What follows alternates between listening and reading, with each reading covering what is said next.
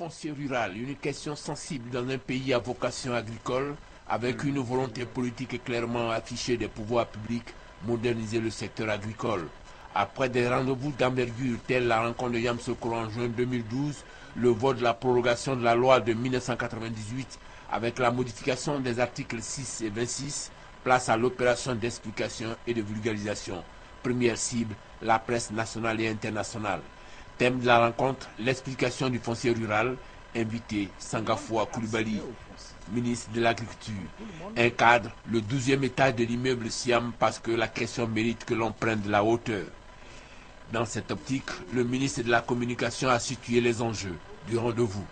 La gestion du foncier rural et urbain constitue un enjeu de taille, voire une problématique essentielle pour le développement économique et social, ainsi que la cohésion sociale et la paix dans notre pays.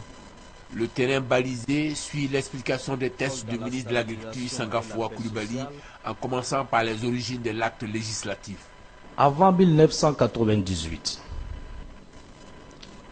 le domaine du foncier rural n'était régi par aucun code spécifique.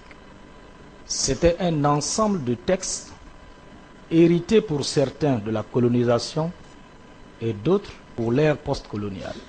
Malheureusement, la mise en œuvre n'a pas prospéré.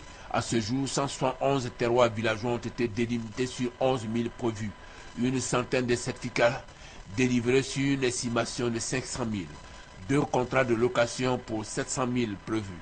D'où la prorogation de 2013 en leur article 6 et 26. Pour la nouvelle exploitation, le gouvernement se veut plus pragmatique. L'administration préfectorale est impliquée dans la mise en œuvre de la loi.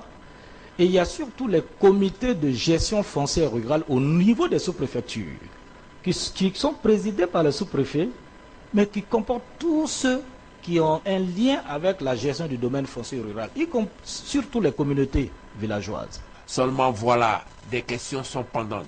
Pour cet exercice de questions-réponses avec la presse, Sangafoua Coulibaly s'est voulu très précis pour lever des équivoques. Si vous avez des droits coutumiers, il ne suffit pas que vous ayez ces droits coutumiers. Ils ne peuvent développer leur potentiel que si vous faites constater par une enquête que vous avez ces droits. Et à l'issue de cette enquête, on vous délivre un certificat foncier. Détail important. Si vous avez un certificat foncier, pour qu'on vous donne un titre de propriété, il faut que vous soyez ivoirien si vous êtes une personne physique. Sinon, on ne peut pas vous délivrer de tout. Selon la loi de 98. Mais si vous n'êtes pas ivoirien, en ce moment-là, on immatricule la terre au nom de l'État.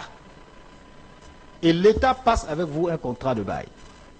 Donc tout le monde peut accéder, mais tout le monde ne peut pas être propriétaire plein. Au total, une étape est réalisée. La dissémination de cet exercice va se poursuivre partout en Côte d'Ivoire pour donner plus de chances à l'immatriculation des terres, source de paix et de cohésion sociale.